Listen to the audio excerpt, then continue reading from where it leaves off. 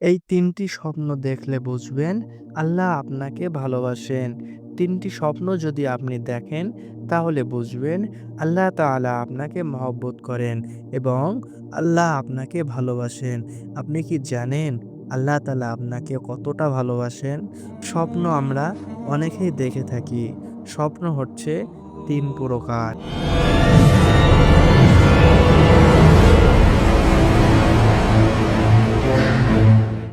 আসসালামু আলাইকুম ওরহমতুল্লাহি ওবারাকাতুহু। চলো ভাই দিনের পথে চ্যানেলে আপনাকে স্বাগতম। এই স্বপ্নর বিষয়টি অনেক গুরুত্বপূর্ণ বিষয়। অনেকে স্বপ্নকে বিশ্বাস করতে চায় না। এটাকে অস্বীকার করার কোনো অবকাশ নেই। কেননা আল্লাহ রসুল সাল্লাল্লাহু আলাইহি ওয়াসাল্লাম স্বপ্ন দেখেছেন এবং স্বপ্নের মাধ্যমে আল্লাহ রসুল সাল্লাল্লাহু আলাইহি ওয়াসাল্লামের কাছে ওহী আসতেন।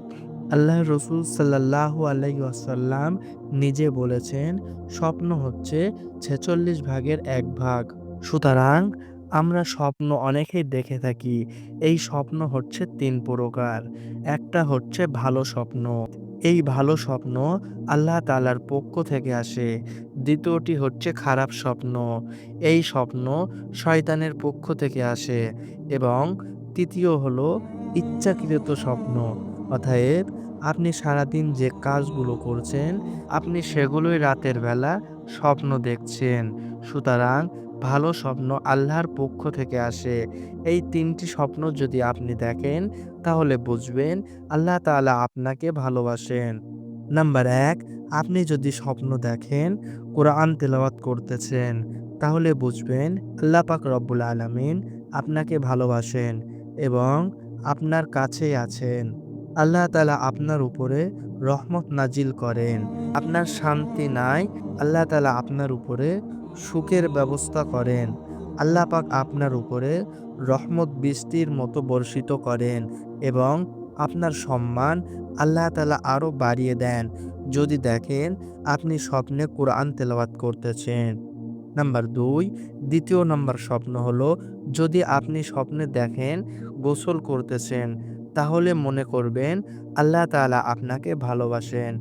কেননা যে গোসল করার মাধ্যমে আমরা শরীরের যে দুর্গন্ধগুলো আছে, যে ময়লা আছে, এগুলো আমরা গোসলের মাধ্যমে পরিষ্কার করে ফেলি, পরিচ্ছন্ন হয়ে যায়। সুতরাং আল্লাহ পাক আপনার ভিতরের যে গোনাগুলো আছে, ওই গোনাগুলো থেকে পবিত্রতা করতে চাচ্ছেন।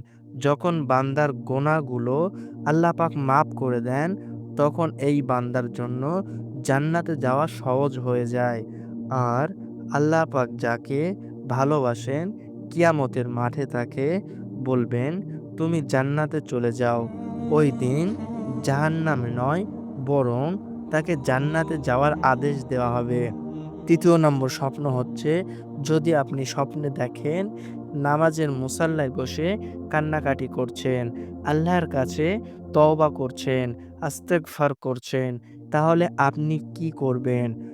এক্ষেত্রে আপনার ব্যাখ্যাটা হচ্ছে যে অবশ্যই আল্লাহ তাআলা আপনাকে ভালোবাসেন এবং আপনি যে বিষয়ে কান্নাকাটি করছেন, আকাঙ্ক্ষা করছেন, আল্লাহ পাক রব্বুল আলামিন আপনার ওই চাওয়াগুলো, আকাঙ্ক্ষাগুলো কবুল করে নেবেন এবং আপনার গুনাহগুলো মাফ করে দেবেন এবং আপনার জন্য জাহান্নাম থেকে জান্নাতে যাওয়ার উপায় করে দেন।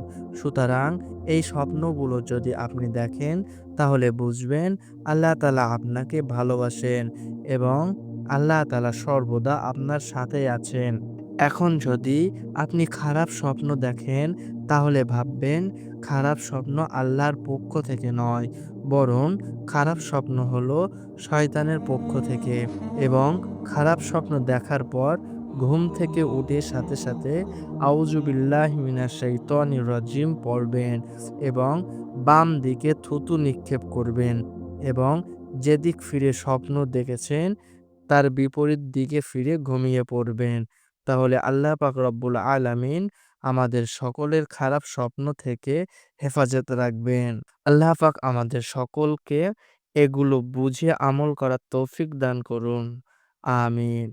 আপনি যদি ইসলামের উপরে কোনো রকম ভিডিও দেখতে চান ও বুঝতে চান, তাহলে আমাদের চ্যানেলটি সাবস্ক্রাইব করে পাশে থাকা বেল আইকনটি অন করে দেবেন এবং এই ভিডিওটি যদি আপনার ভালো লেগে থাকে তাহলে একটি লাইক করে দেবেন। খুদা হাফেজ।